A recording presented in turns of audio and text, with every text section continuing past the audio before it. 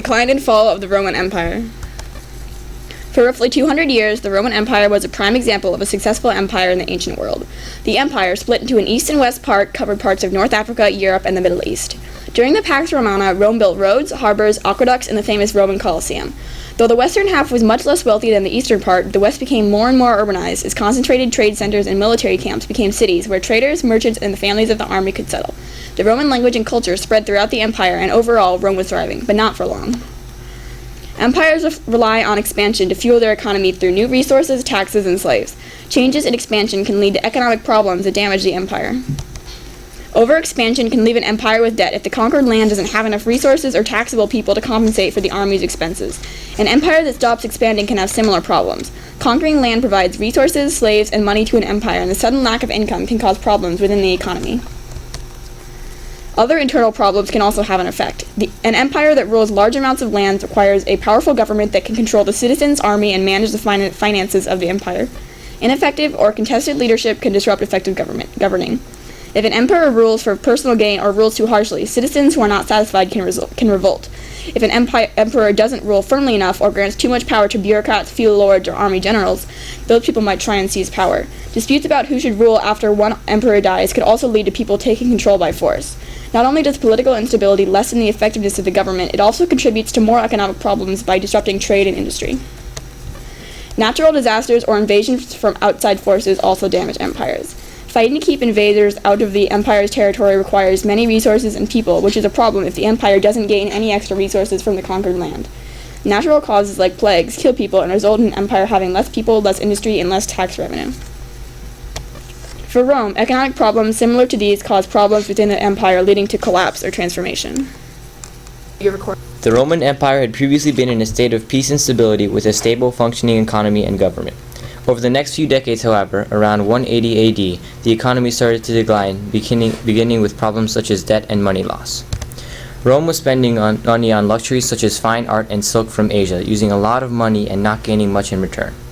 Due to the lack of expansion, which Rome had previously depended on for slave labor and new resources in land, Rome no longer had the steady inflow of people and resources, leaving them in bad shape. Once Rome realized the huge debt they were in, they decided to debase the coins. Rome started to put less and less actual silver into their coins, making more coins in the process but decreasing its value as currency, hoping they would fix their money problems.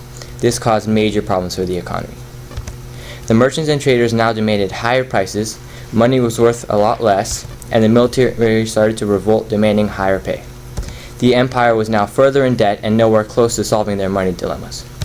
These problems didn't cause the quote-unquote fall of Rome, but weakened it severely, leaving Rome in a very bad state. This instability eventually led to the fall of Rome. However, Rome actually fell somewhat after this. The Western Roman Empire faced a huge problem of depopulation.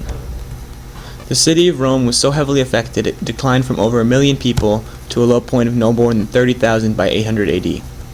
There are many theories of depopulation in Rome, including things such as lead poisoning, famine, drought, plague, or perhaps fleeing from outside invaders. This was a problem, as lower populations led to lower tax revenues and a weakened working class to do trade and agriculture.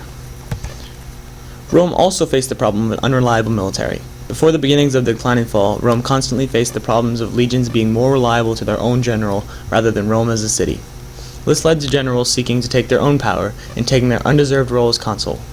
The army soon left their posts along the border and attacked the capital, attempting to capture the throne for their general by force. They hoped they would be able to receive the money they thought they deserved when they had control.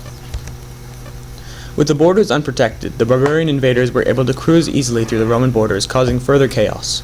With a massive landmass to protect, there had to be more borders to protect, allowing for different groups of different areas to attack.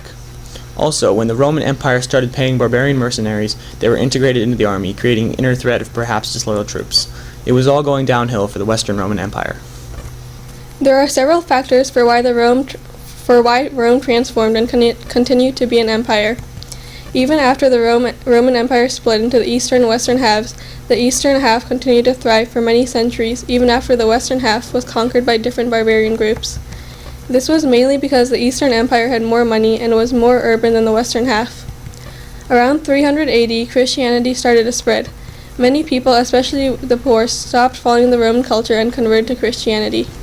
As the Christian church continued to grow and expand their ideas, they began to have more power and influence. For example, the Pope would do many things that the Emperor used to be in charge of. One thing the Pope took over was foreign affairs. The bishops also took over many of the bureaucrats' jobs, such as being in charge of cities and collecting taxes. Also, the people in Roman Empire still call themselves Roman and continue to follow the Roman culture. The day-to-day lives of the peasants, who made up approximately 90% of the population, were mostly the same. The split of the Roman Empire did not affect them as much as it affected those in higher classes. An example of the empire collapsing rather than the empire transforming is the depopulation. The empire went from 1 million to 800,000 people to about 500,000 to 300,000 people in the span of 400 years. There weren't many people to pay taxes and serve in the military. Also, Rome experienced a drastic change from bureaucracy to feudalism, making it a whole new place to live in. Also, the western half, which was invaded by barbarians for hundreds of years, finally became a bunch of barbaric kingdoms because Rome was too weak to keep invaders out and the military wasn't reliable. The fact that the western half of Rome became barbaric kingdoms is a perfect example of how it fell and failed to exist.